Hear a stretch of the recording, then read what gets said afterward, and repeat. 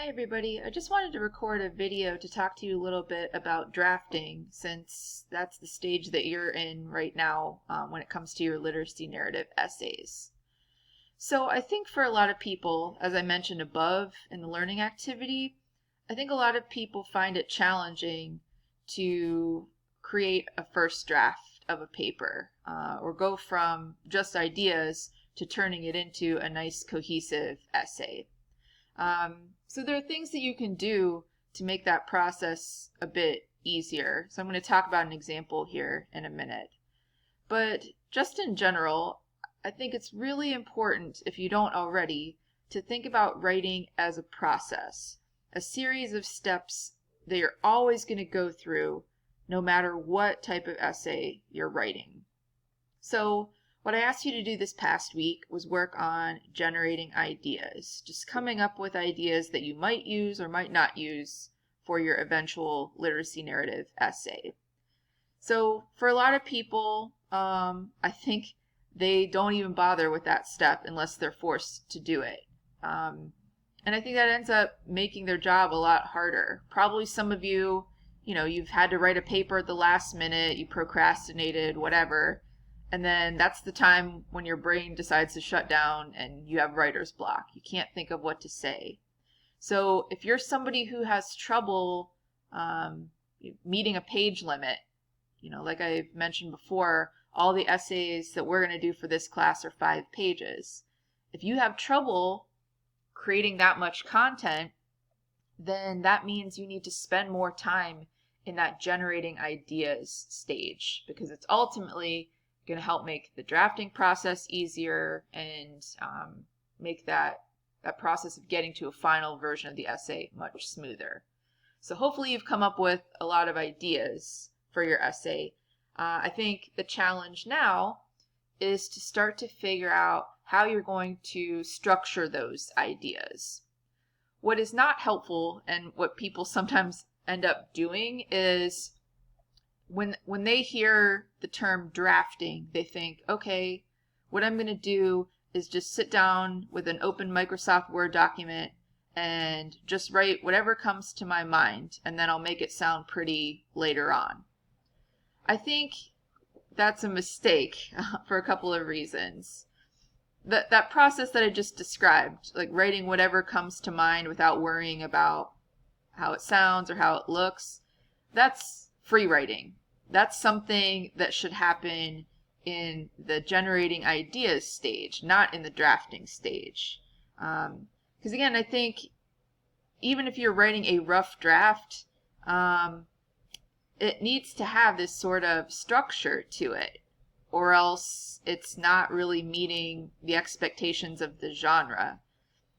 So when I say structure, what I mean is a couple of things. Creating some sort of order or organization for the ideas that you've come up with, but also figuring out, how are these ideas connected? How am I going to put these ideas together and help the audience see how they're related or how they're different, that sort of thing. So figuring out that stuff even before you start actually drafting the paper, I think, is going to make your job a lot easier. I think any sort of planning that you do before actually drafting is going to make that drafting process go faster in the long run, okay? So what you see in front of you is me just sort of creating a sample of how you might start when you are trying to go from the generating ideas stage to the drafting stage of the process, all right? So I just came up with a sample topic for a literacy narrative about overcoming shyness. Again, that's something that you have to learn to do, that people struggle with. So it might be a good topic for a literacy narrative, right? So what you see here at the top are just a bunch of ideas. Don't worry about the letters and numbers yet. I'll explain what those mean in a second. But really all I did was just generate a bunch of random ideas. Things that I think of when I think of that process of overcoming shyness. And the thing is, these ideas don't have to make sense to anybody else. They only have to make sense to me, because I'm going to use them and turn them into something that people can understand, right? So, when you're generating ideas, these can be just a couple of words, shortcuts, abbreviations to remind yourself later of what you're going to explain more fully in the draft, right? So again, you guys should already be at this stage where you've come up with some ideas that you might use in your eventual draft, right? So probably what I would do next, when you're going from the ideas into preparing for the draft, is to look at all your ideas and start to come up with groups or sections that you would put these ideas into, right? So, where are things similar that you might put together, and start to think about the order. So, if I look at all these ideas that I came up with, I could probably group them, if you look here, into these 4 categories or sections. And they happen to be, and probably will be for your literacy narrative as well, sort of different stages in time, right? So some of these ideas are about me transferring to a new school when I was in 2nd grade. Some of them are about when I moved to college. Some of them were when I moved to Cleveland when I was going to grad school. And then some of them are about when I first started teaching. So again, for a literacy narrative, the most obvious way to organize your essay is chronologically, the order that things actually happened. So these 4 sections, that's what I'm going to call them anyway, these are not going to be just 1 paragraph long. So I'm not going to have just 1 paragraph on 2nd grade or 1 paragraph on college, because realistically, that's not going to get me a 5-page paper. Probably, right? Unless my paragraphs are super long, which is what you don't want to include, right? So even with an intro, a conclusion, and these 4 paragraphs, it's probably not going to be long enough to get me 5 pages. So what that means is these will be the 4 sections of the paper, but maybe within each section, maybe there will be 2 or 3 paragraphs all on that topic, right? So maybe 2 or 3 paragraphs where I'm talking about my experience in 2nd grade and dealing with shyness, versus moving to college. Maybe there'll be a couple or a few paragraphs about that, right? So just know you don't have to do, the same thing for each section. So in other words, you don't need 2 or 3 paragraphs for each section. Maybe there'll be one that has 4 paragraphs, whatever. It can be different every time that you write. But again, I think distinguishing between sections and the actual paragraphs that will fall into those sections will create kind of a roadmap for you when you actually sit down to start typing the paper. So if we look back at these just general ideas that were in no particular order before, I sort of put next to each idea where it's going to go in the paper, right? So, everything in section 1, this part about transferring to a new school, I labeled with a 1. And I put letters next to the order that I'm going to present them. So maybe these will be separate paragraphs. Maybe they'll just be the order that I put them in. But again, just as an example, this first idea here, this is going to be in section 1, and it's probably going to be the first detail that I try to flesh out, right? Whereas this is also going to be in section 1, but it's going to come later. Maybe I'll do a separate paragraph on that particular experience, and I'll flesh it out and describe it.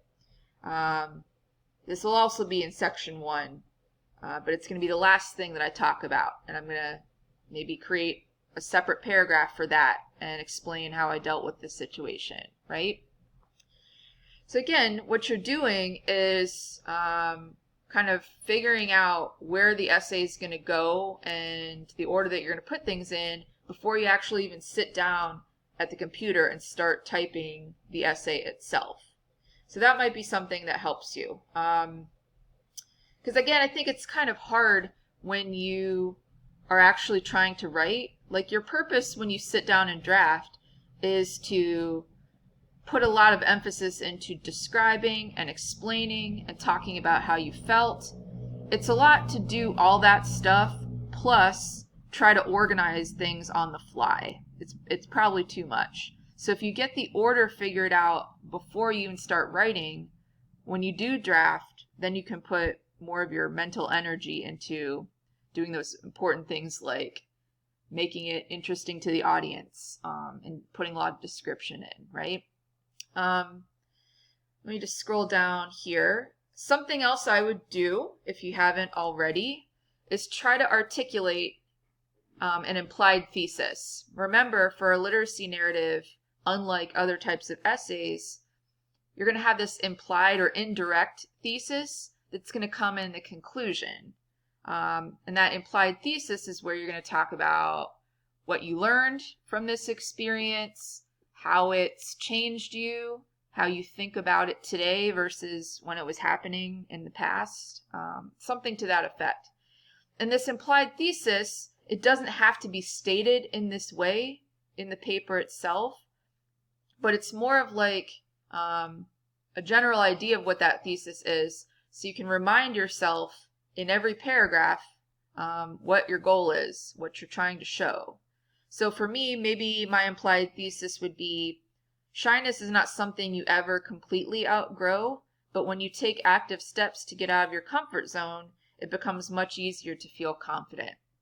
So if that's what's going to be in the end of my paper, that's going to be the lesson or the main thing that I want to get across, probably each paragraph that I write when I draft, I want to read it over and ask myself, is this helping me to get closer to this implied thesis that I'm getting at, right? Sorry, there's a siren going by. But yeah, if the overall point of this essay is that you can't completely get over shyness, but you have to do something active to deal with it, I want to make sure in every paragraph that I'm saying something about that or showing an example of that, right? A time when I did something to get out of my comfort zone. So I would have that sort of right in front of you whenever you're drafting that implied thesis, just to remind yourself where you're headed. I'm sure some of you have had the experience where you think you're going to write a paper about one thing, but in the process of writing it, it turns into something different.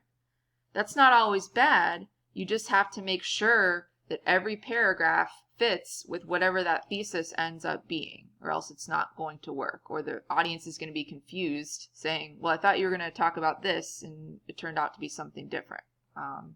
That's not what you want.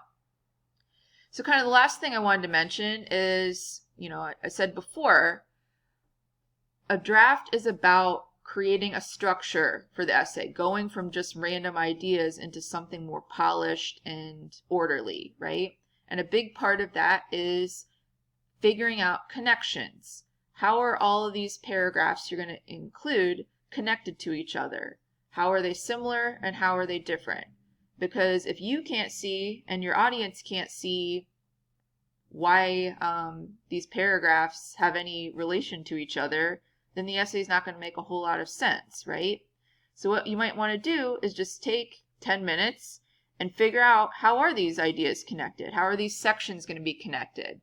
Because if you know what that connection is, you can make sure that you show that when you're writing the different paragraphs, right? So for example, maybe the connection between my section 1 and section 2 is that going to college for the first time felt like starting at a new elementary school. They were both about the fear of the unknown.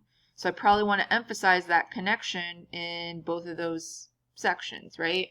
Whereas section 2, I had to move to a new place, but again, found friends to support me in both places. That's the connection between those two sections. So I probably want to make note of that when I'm writing the essay.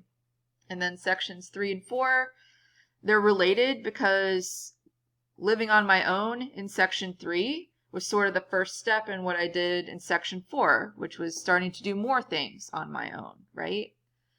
So again, that drafting process doesn't have to be as overwhelming as people make it.